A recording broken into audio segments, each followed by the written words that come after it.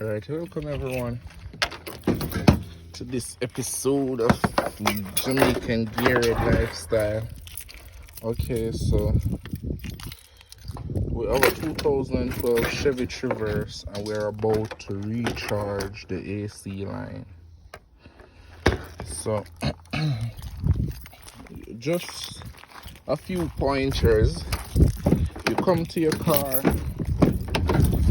you get in, you start the engine, and God is hot in this motherfucker here.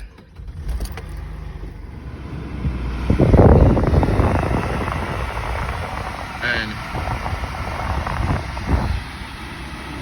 you put the AC on full blast.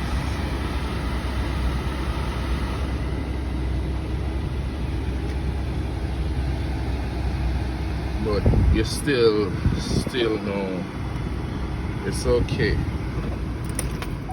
You come, the AC is blowing hot here. This is a smart clip, so it will show us when the AC get cold.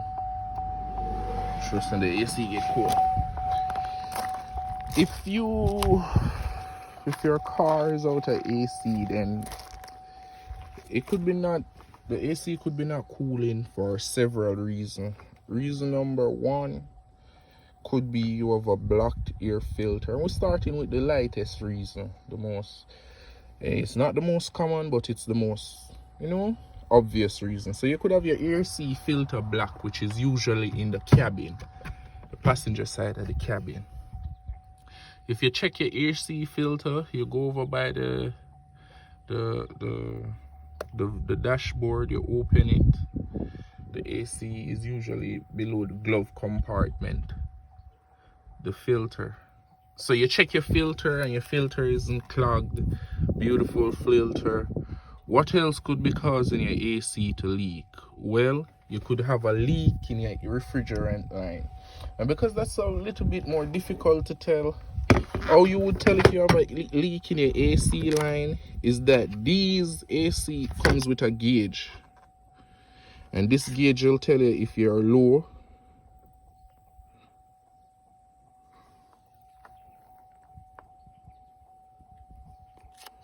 it's not focusing. I'm trying to get the gauge to, but as you can see here. So this gauge will tell you if you're low, when it's filled, or when it's overfilled. And that is how you address if you have a seat. So let's recap. You go to your car, you open the door, you turn on your AC, and after running it for a couple of minutes, you do not get any cool air. You start by checking your filter, your air filter, if that is okay. The second thing you think to yourself is that the line might be leaking. Well, not the second thing.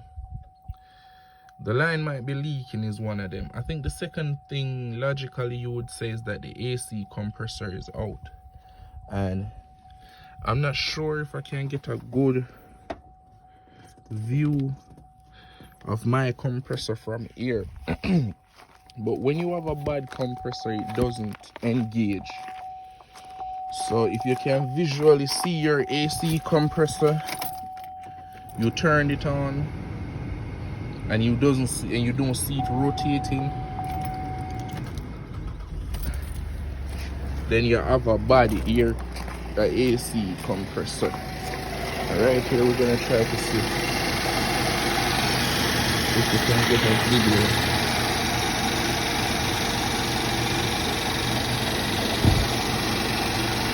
of the compressor.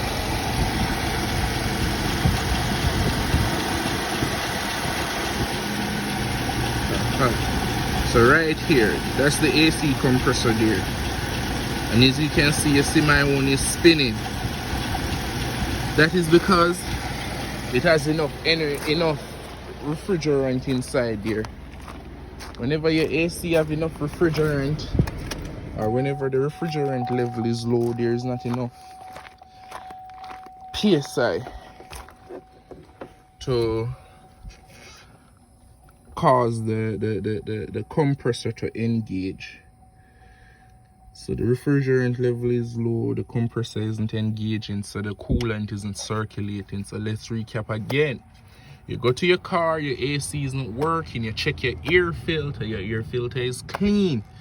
You would then observe your AC compressor. Your AC compressor is engaging and stuff like that. Or if it engages and stop, then engage again. It's because your AC refrigerant level is low. And this can be as a result of leakage. We had got ahead of ourselves in the first part of the video.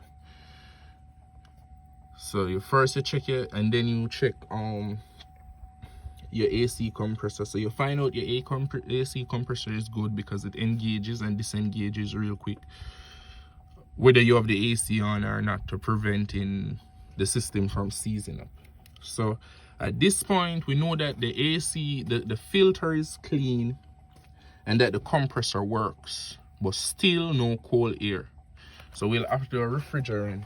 And as I say, you'll get the AC, the R134A, and I got it with the self-sealing feature. So the liquid and the chemical inside supposed to seal up the lines them itself, similar to the head gasket sealant. I have many videos in my data bank with them. I'd have to find them and stuff like that, but there's a lot of chemical they use instead of tearing down these engine for the radiator block, as I said, even for the cylinder. You blow a head gasket, even for the head gasket, you blow a head gasket, you don't have to tear down the engine no more.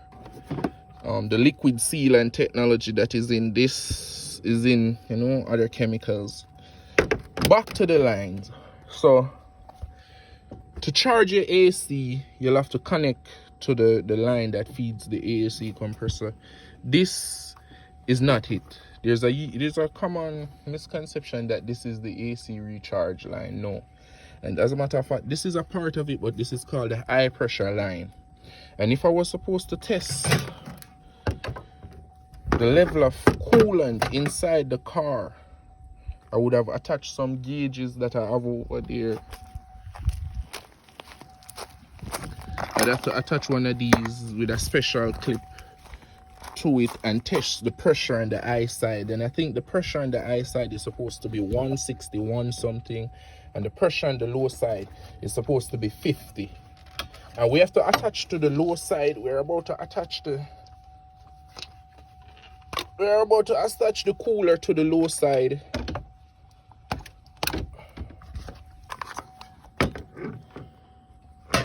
So we're going again. Okay. So this is the high side right here.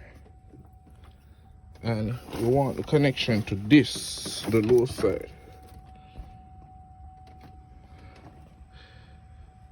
High side, lower side. So we're gonna go ahead and make the connection.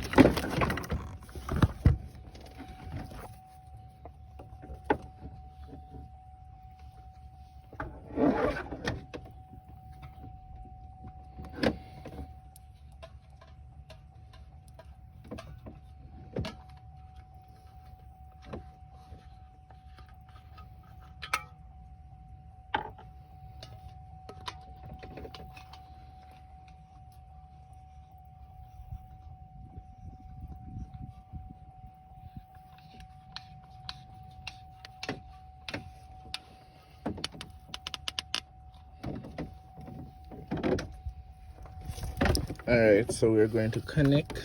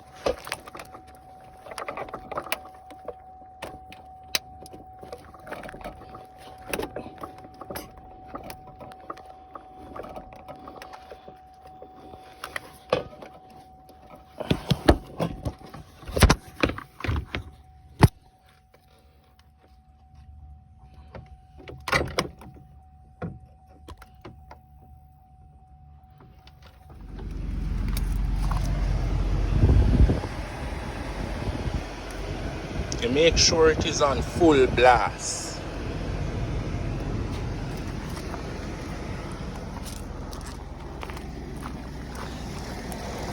Okay then, after we come around, we see it's only 23 psi. So we're going to add on to it, and as I say, on this side it's supposed to be 50 psi. Let's read again.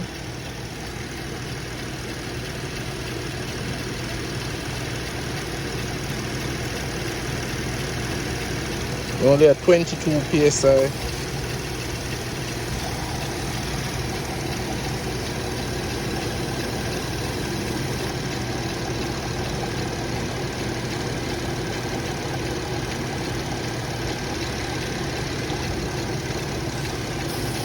Okay guys, and I kept on running until we caught 34 psi. The maximum is 50 psi.